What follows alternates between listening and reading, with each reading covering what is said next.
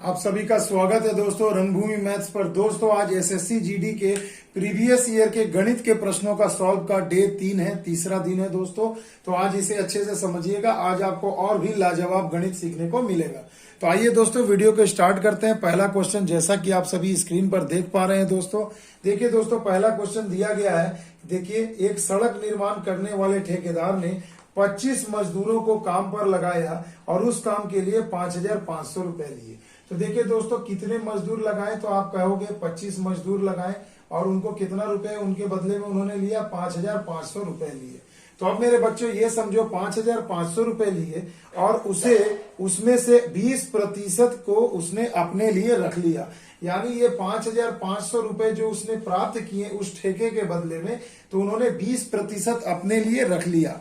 तो 20% जब अपने लिए रख लिया तो कुल कितना पैसा मजदूरों में बांटा, तो 80% बांटेंगे भाई। बिल्कुल इतना तो प्रतिशत हम लोग यूज कर ही सकते हैं प्रतिशत से। तो 8 पंचे 40, 8 पंचे 40, 4 44, यानी 4,400 रुपए अब वो मजदूरों में बांटेगा। किस अनुपात में बांटेगा, तो देखिए यदि पुरुष तथा स्त्री मजदूर का अनुपात 2:3 है तथा उनकी मजदूरी 5:4 के अनुपात में है, तो स्त्री मजदूरों को कुल कितनी राशि मिली। बहुत इंपॉर्टेंट क्वेश्चन है दोस्तों, ऐसा प्रश्न अभी बहुत ज्यादा पूछा जा रहा है। तो मान लीजिए कि पुरुष है, मैं यहां लिख देता हूं पुरुष और ये हो गई स्त्री। तो पुरुषों की संख्या और महिलाओं की संख्या का अनुपात है 2:3। तो ये संख्या का अनुपात है मेरे बच्चों, इसे गौर करिएगा। और इनका मेहनताना यानी मजदूरी का अनुपात कितना है, 5:4 है ना। तो देखिए यानी एक पुरुष को 5 के अनुपात में रुपया मिल रहा, तो स्त्री को 4। तो हम लोग सिंपल इसे गुणा कर लेंगे तो ये मजदूरी का अनुपात हमें टोटल मिल जाएगा। तो ये हो गया 5 दूनी 10 और ये हो गया 4 तिया 12। क्लियर है मेरे बच्चों। अब देखिए दोस्तों आपसे पूछा गया है कि महिलाओं का यानी स्त्री मजदूरों को कुल कितना रुपया मिला।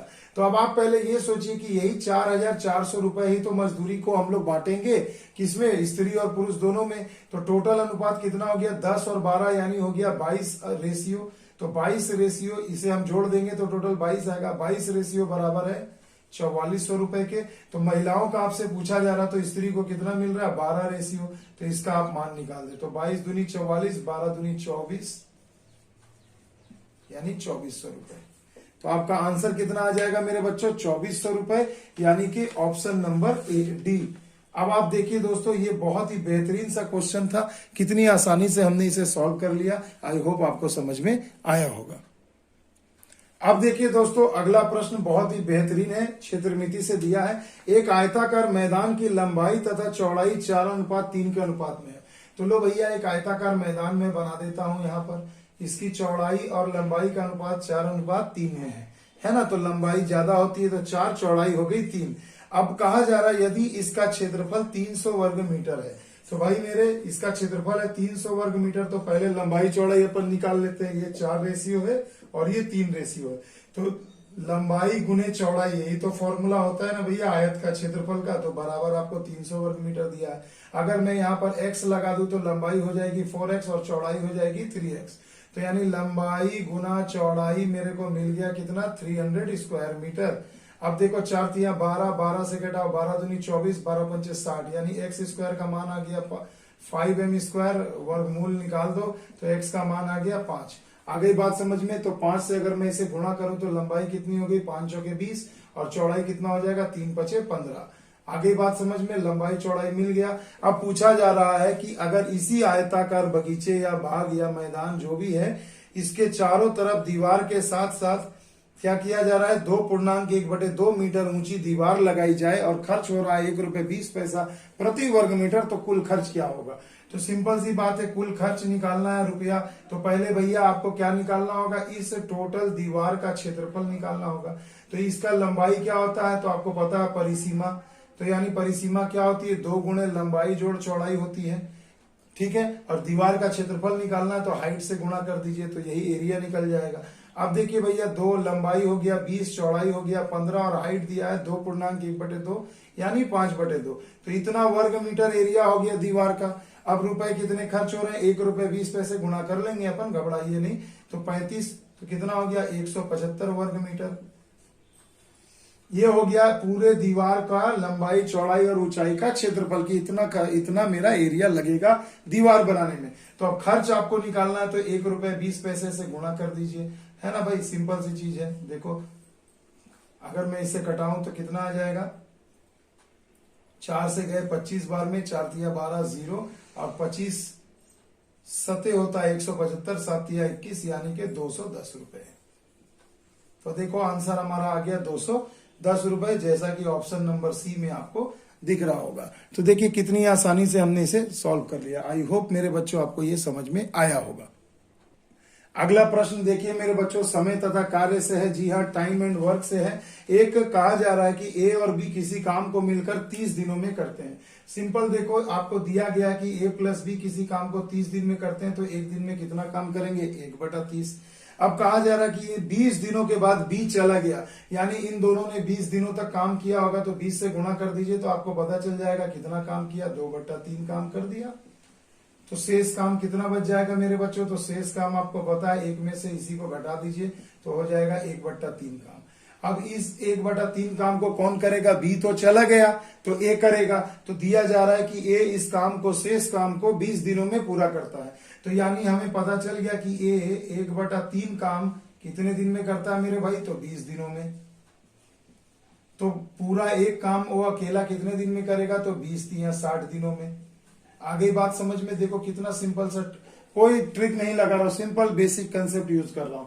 देखो 60 दिनों में करेगा, तो कहा जा रहा है कि बी अकेला इस काम को कितने दिन में करेगा। तो मेरे बच्चों आपको तो अभी पता है, क्वेश्चन के शुरू में ही दे दिया कि ए प्लस बी एक दिन में 1/30 काम करते हैं। ए का आपने पता कर लिया कि 60 दिन, तो यहाँ पर 1/60 कर दो तो देखो बी की वैल्यू आ जाएगी। अब देखो 1/30 में से अगर 1/60 घटाओगे तो कितना आएगा, 1/60 ही तो आएगा। यानी बी भी अकेले उस काम को कितने दिनों में करेगा, तो 60 दिनों में कर लेगा। आ गई बात समझ में, यानी ऑप्शन नंबर बी देखिए आपके प्रश्न का सही जवाब हो जाएगा। सिंपल। अब देखिए दोस्तों ये लाजवाब क्वेश्चन है, बहुत बच्चे इसमें गलती करते हैं। देखिए दिया गया है 5 + 4 -9, फिर से सीरीज वही है 5 + 4 -9, फिर 5 + 4 -9 के 50 पदों का योग बताएं। तो मेरे बच्चे सीधी सी बात ये समझो, 5 + 4 -9 है, ये देखो ये एक सीरीज हो गया। इसके बाद फिर से वही सीरीज 5 + 4 -9 चल रहा है। इस तरह करके कहां तक जा रहे हैं, टोटल 50 बार जा रहे हैं। तो अब आप ये समझिए ना कि एक सीरीज जो है आपका कितना है, तो 1 2 3 अंक का आपका एक सीरीज हो रहा है, फिर 3 अंक आएंगे, फिर 3 अंक आएंगे, फिर 3 अंक आएंगे। तो देखो ऐसा आप कितनी बार जा सकते हो, 50 के करीब। तो देखो अगर ये 3 अंक है तो ऐसा मैं 16 बार लिख सकता हूँ, 16 तिया 48 संख्या में ऐसे लिख सकता हूँ। यानी 48 तक जब तक आप जाओगे, 48 पदों तक आप इसे ऐसा लिख सकते हो। और 49वां और 50वां पद क्या होगा, तो शुरू के यही 2 अंक होंगे। यानी इसके बाद फिर आपका आएगा 5 आएगा, फिर 4 आएगा। यानी बाकी इधर तो देखो सभी कट जा रहे हैं, ये सब कट जाएगा। यानी 16 यानी 48 पद तक, यानी 16 बार ऐसा करने से 48 पद तक 5 + 4 -9 कट जाएगा। मगर उसके बाद 49वां संख्या क्या होगी, तो फिर 5 आ जाएगी, और 50वीं संख्या क्या होगी, 4 होगी। यानी कि इसके बाद तो और नहीं बोला गया। अगर 51 पद रहते तो ये पूरा कट जाता, आंसर होता 0। मगर आप मेरी बात को आप समझिए कि अगर ये 1 2 3 अंक में बार बार लिख रहा हूं, तो ऐसे में 16 तिया 48 यानी 48 पद तक लिख सकता हूं। यानी ऐसा मैं 16 बार लिख सकता हूं। उसके बाद 49वीं संख्या 5 होगी, 50वीं संख्या 4 होगी। तो ये दोनों तो नहीं कट रहे हैं, यानी 5 + 4 क्या हो जाएगा, 9 हो जाएगा। तो यानी यही आपके प्रश्न का सही आंसर होगा कि अगर इनको इस प्रकार से लिखकर जोड़ा जाए तो इनका योग क्या होगा, 9 होगा। यानी कि मेरे बच्चों option number A is the right answer. तो मजा आ गया ना दोस्तों, ऐसे समझाया जाता है बच्चों को। अगला प्रश्न देखिए मेरे बच्चों, कहा गया है कि यदि दो संख्याएं 2:3 के अनुपात में हैं, यदि दोनों में 4 जोड़ दिया जाए तो अनुपात बदल कर 4:5 हो जाता है, तो छोटी संख्या बताएं। तो सीधी सी बात है मेरे भाई, एकदम मैं सिंपल कर रहा हूं कि मान लो एक संख्या है 2x और एक संख्या है 3x। अनुपात में x लगा करके हमने इसे संख्या में बदल दिया। अब देखिए ये दोनों संख्या है, अगर इन दोनों संख्या में कहा जा रहा है कि अगर मैं 2 जोड़ दूं तो अनुपात क्या हो जा रहा है मेरे बच्चों, तो अनुपात बदलकर 4:5 हो जा रहा है। यानी बराबर होगा 4/5। सिंपल कैलकुलेशन है, 4 तिया 12x + 8 = 5 दूनी 10x + 10 घटा दीजिए तो ये 2x = 2 हो जाएगा। तो x बराबर कितना हो जाएगा 1 हो जाएगा। सिंपल सी चीज है, इसमें हमें कुछ करना ही नहीं है। वो माफ कीजिएगा दोस्तों, देखिए यहाँ पर 4 जोड़ने को कहा गया है, सॉरी ये 4 यहाँ पर जोड़ने को कहा गया, तो 5 दूनी 10x और ये हो जाएगा 5 चौके 20 और ये हो जाएगा 4 तिया जी हाँ 5 दूनी 10x और ये हो जाएगा 20 और ये 4 चौके 16 हो जाएगा। क्षमा करें मेरे बच्चों, थोड़ी सी मिस्टेक हो गई, हमने सोचा कि यहाँ पर 2 जोड़ने को कहा है या 4 जोड़ने को कहा है। तो देखो भैया यहाँ पर 4 हो जाएगा और 2 दूनी 4 हो जाएगा, यानी x का मान आ जाएगा 2।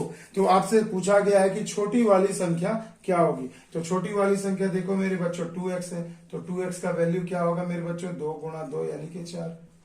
तो ऐसे भी लॉलीपॉप क्वेश्चन आपको परीक्षा में देखने को मिलेंगे, तो ऐसे प्रश्न भी आएंगे, इसे तो भैया मिस्टेक करना ही नहीं है आपको। अगला प्रश्न देखिए मेरे बच्चों, औसत से था, तो मैं उम्मीद करूंगा कि आप सभी इसके आंसर को मुझे कमेंट सेक्शन में जरूर बताएंगे। सिंपल क्वेश्चन है दोस्तों, कमेंट जरूर करिएगा मेरे बच्चों। क्या है कि देखो एक कक्षा के 6 छात्रों की लंबाई आपको दे दी गई है और सभी छात्रों का औसत पूछा जा रहा है। औसत मैंने आपको बहुत अच्छे से पढ़ाया है, आप सभी को पता होगा कि जितनी भी राशि रहेंगी सबको जोड़ के बटे में कुल राशि 6 संख्या है, तो 6 को जोड़कर सभी को जोड़कर 6 से भाग कर देना है। तो चलिए इसका आंसर आप मुझे कमेंट में जरूर बताइएगा। अगला प्रश्न देखिए दोस्तों, लाजवाब है, बहुत ही बेहतरीन है, इसे समझिएगा। देखिए राम की वार्षिक आय रोहन की मासिक आय से 6 गुना है। तो राम की वार्षिक आय, तो देखो मेरे बच्चों ध्यान देना, राम की यहाँ वार्षिक और मासिक में कंफ्यूजन किया जाएगा। तो राम की वार्षिक आय जो है वो रोहन की मासिक आय से 6 गुना है। तो रोहन की मासिक आय से 6 गुना है। क्लियर। अब आपको अगले लाइन में कहा गया यदि रोहन की मासिक आय, रोहन की मासिक आय मंथली इनकम का 2/3 राजू की मासिक आय है, यानी दोनों का मासिक आय है इसलिए कोई टेंशन नहीं है। तो रोहन की मासिक आय का 2/3 बराबर है राजू की मासिक आय। तो मेरे बच्चों देखो रोहन और राजू में आपको अनुपात मिल गया। तो आपसे पूछा जा रहा है यदि राजू की वार्षिक आय 1,44,000 है, तो मेरे बच्चों सिंपल सी चीज है, यदि राजू की आय आपको दे दी गई है 1,44,000 वार्षिक, तो एक साल में वो कितना कमाएगा, तो 1,44,000 को 12 से भाग दे दीजिए यानी कि 12,000। तो मेरे को ये पता चल गया कि राजू की मासिक आय कितनी है 12,000। 3 को अगर मैं इधर ले जाऊं, 2 को इधर ले आऊं, तो देखो मुझे रोहन की मासिक आय मिल जाएगी, मिल गई। 2 छके 12, 6 18,000, यानी कि मेरे बच्चों रोहन का मासिक आय कितना है 18,000। अब आपको पूछा जा रहा है कि देखिए आपसे पूछा क्या है कि तो राम की मासिक आय कितनी होगी, राम की पूछी गई है। तो देखो यहाँ पर मेरे को रोहन मिल गया, अब रोहन की वैल्यू मैं यहाँ पुट कर दूं तो राम को मिल जाएगा। तो यहाँ देखो एक जो आपको एक इक्वेशन बना था राम की वार्षिक आय, तो राम की वार्षिक आय मेरे को पता है क्या होगी, रोहन की मासिक आय का 6 गुना। तो रोहन की मासिक आय कितनी है 18,000 और गुणा 6, 18 छके 108 यानी 1,80,000। क्लियर है, 1,08,000 माफ कीजिएगा 1,08,000। तो राम की ये वार्षिक आय आ गई। आपसे पूछा जा रहा राम की मासिक आय, तो मासिक आय यानी कि मंथली इनकम कितनी होगी। मंथली इनकम अगर आपसे पूछा जा रहा है तो सिंपल इसे भाग दे देंगे हम। कितने से भाग देंगे मेरे बच्चों 12 से, 12 9 108 यानी 9,000। यानी राम की मासिक आय कितनी आ गई मेरे बच्चों 9,000। देखो क्वेश्चन को सिर्फ लेंदी इक्वेशन में कन्वर्ट करके दिया गया है और कुछ भी नहीं है। तो आई होप आपको समझ में आया होगा, option number B is the right answer. आ गई बात समझ में। आइए चलते हैं बच्चों अगले प्रश्न की ओर। अब देखिए दोस्तों अगला प्रश्न बहुत ही लाजवाब है। देखिए कहा गया दो संख्याओं का अंतर उनका योग तथा गुणनफल का अनुपात है 1:7:24। तो यानी देखिए दोस्तों आपको अंतर दे दिया गया है 1, मतलब अनुपात के रूप में, योग दिया गया है 7 और गुणनफल दिया गया है, गुणा दिया गया है कितना 24। ये सभी अनुपात में है। आपसे पूछा जा रहा है बताइए कि उन संख्याओं का गुणनफल क्या होगा। तो इसे बनाने के पहले एक छोटी सी बात ये समझो, 24, 36, 48 और 60, यही ना ऑप्शन दिया आपको। और आपसे जब गुणनफल पूछा जा रहा है यानी जो आंसर होगा वो 24 का मल्टीपल होगा, यानी जो आंसर होगा, गुणनफल पूछा जा रहा है और गुणा हमें दिया अनुपात के रूप में 24, यानी कि जो इनमें से जो आंसर होगा वो जरूर 24 से कटना चाहिए मेरे भाई, सीधी सी बात है। तो देखो 24 से ये कट रहा है, 36 नहीं कटेगा, 48 कट रहा है, 60 नहीं कटेगा।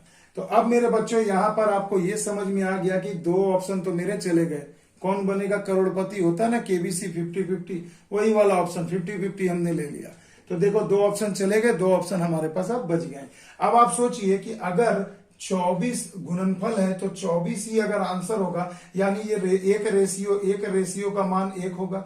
तो यानी दो संख्या ऐसा लीजिए जिसको आपको अंतर 1 होना चाहिए और जोड़ के साथ। तो चलिए मैं एक संख्या ले लिया 4, एक ले लिया 3, तो 4 में से 3 जाएगा तो मेरे बच्चों 1 होगा। 4 और 3 को अगर जोड़ेंगे तो बच्चों 7 होगा, मगर देखो 4 और 3 को गुणा करेंगे तो 12 होगा, यानी 24 नहीं हो रहा है। मेरी बात समझ पा रहे हैं आप कि यहाँ पर जब अगर आंसर 24 होगा और अनुपात भी 24 है तो एक अनुपात का मान 1 होगा।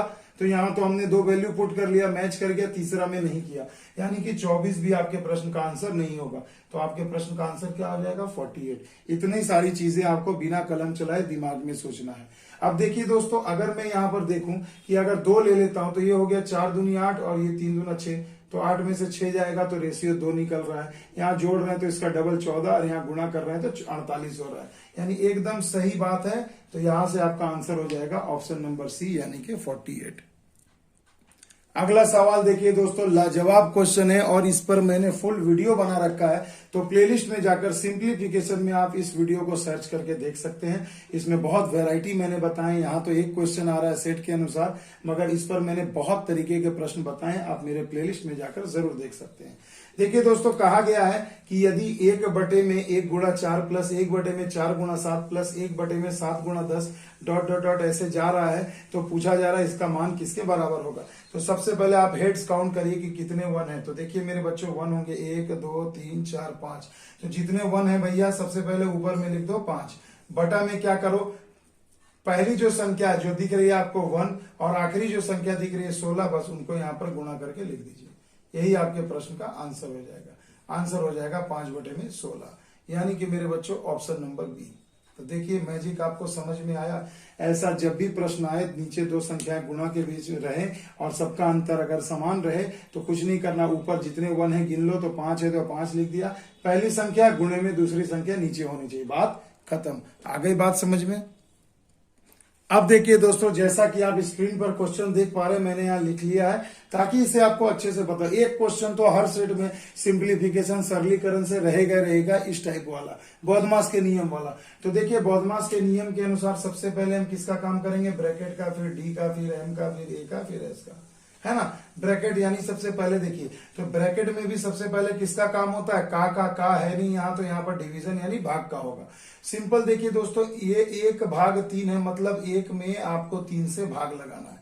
तो देखो हमने क्या किया, यहाँ हम लिख सकते हैं 1/3, यहाँ बीच में माइनस है माइनस, यहाँ देखो 13/3, यानी मैं 13 में से 3 को भाग दूंगा। बेस सेम है तो कितना हो गया, 13 में से 1 गए कितना हो गया 12, और 3 है तो 3 ही रहेगा, यानी 3 चौके 12। यानी इस पूरे चीज के जगह पर आप क्या लिख सकते हो, 4 लिख सकते हो। ये सब काम खत्म। कितना होगा 4 आया। अब देखो यहाँ 1/4 हो गया, तो आप यहाँ लिखोगे 1/4, और यहाँ है 5/4 तो 5/4।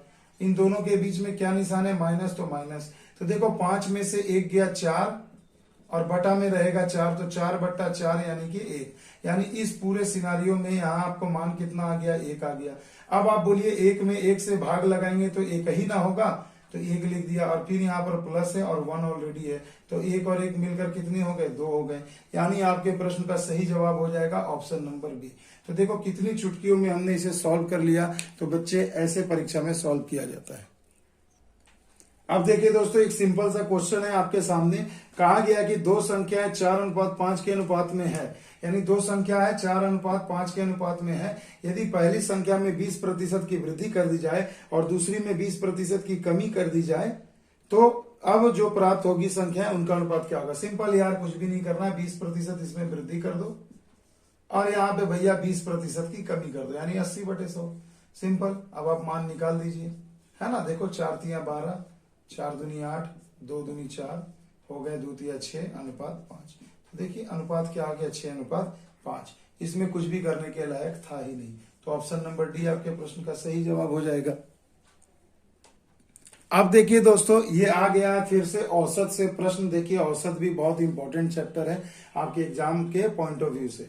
तो देखिए कहा गया कि एक क्रिकेट खिलाड़ी का उसके द्वारा खेली गई 8 पारियों में बनाए रनों का औसत कुछ है।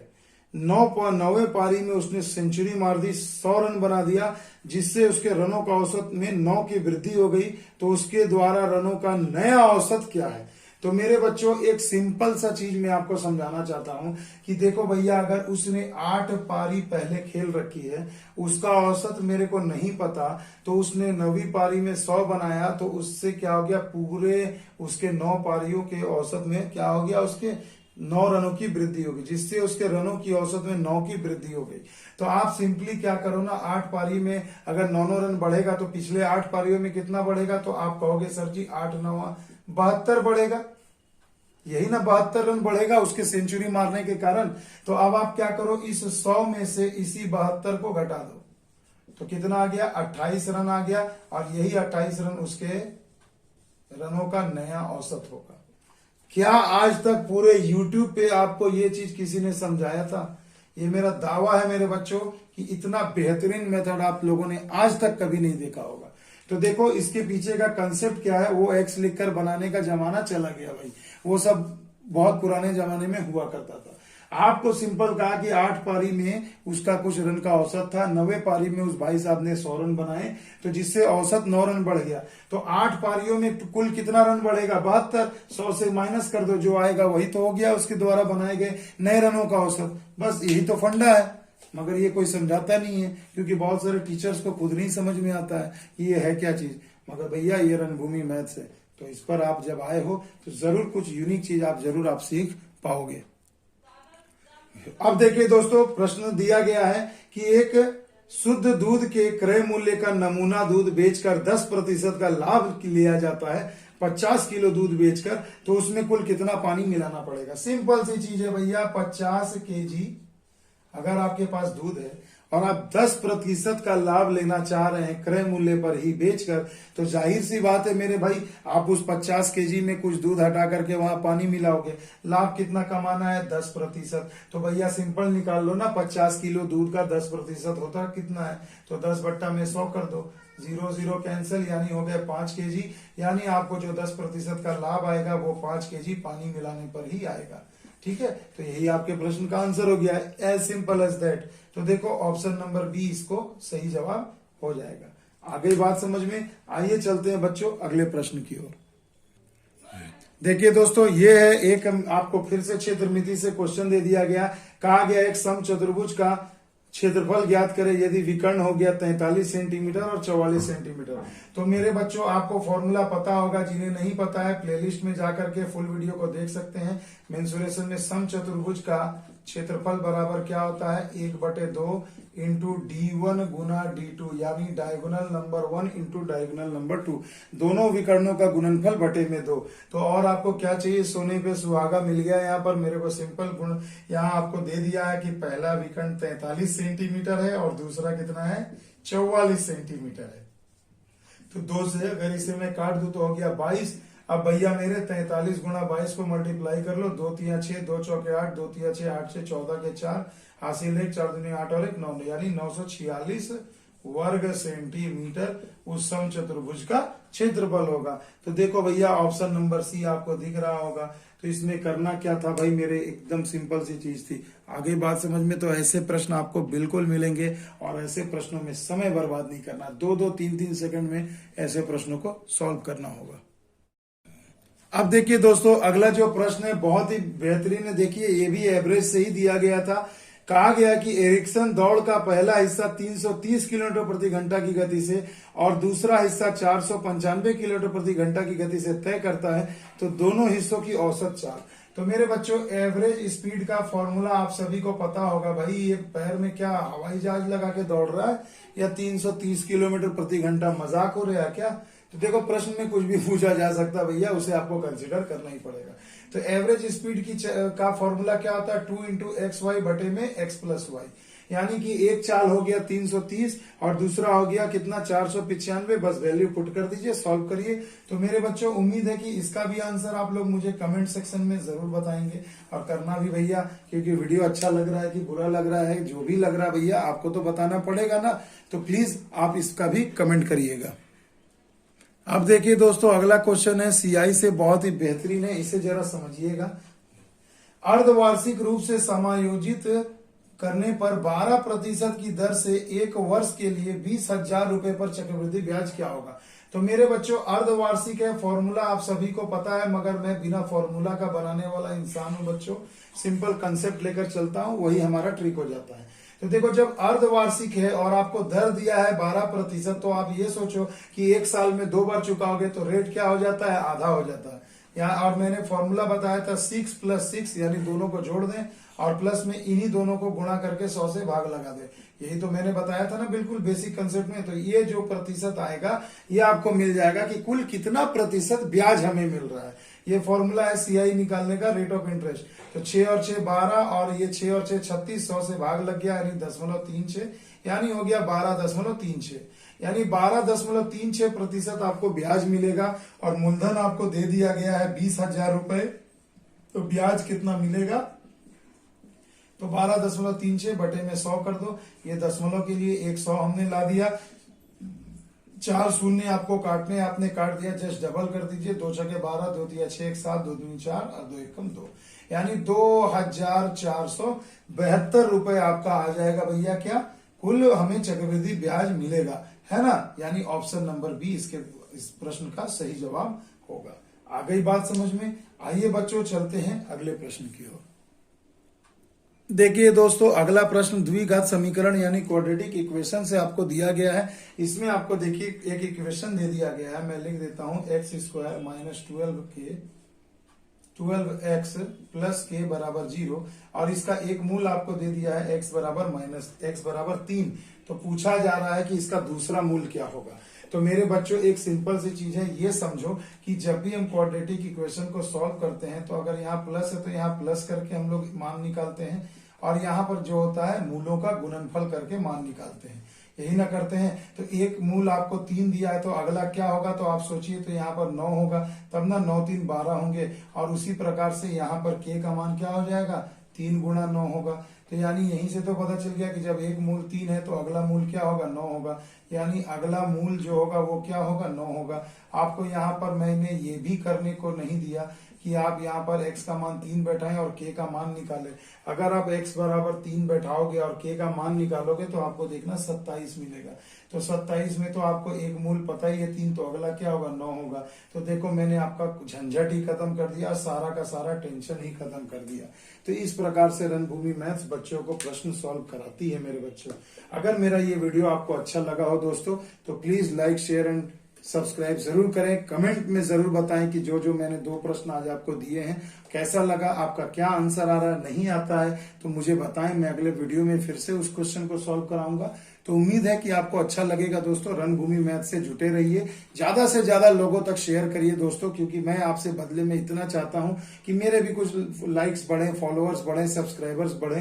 तो आपके लिए मैं जब इतना करता हूं तो आप मेरे लिए एक छोटी सी चीज तो कर ही सकते हो। तो मिलते हैं दोस्तों अगले वीडियो में, तब तक के लिए दोस्तों जय हिंद, जय भारत।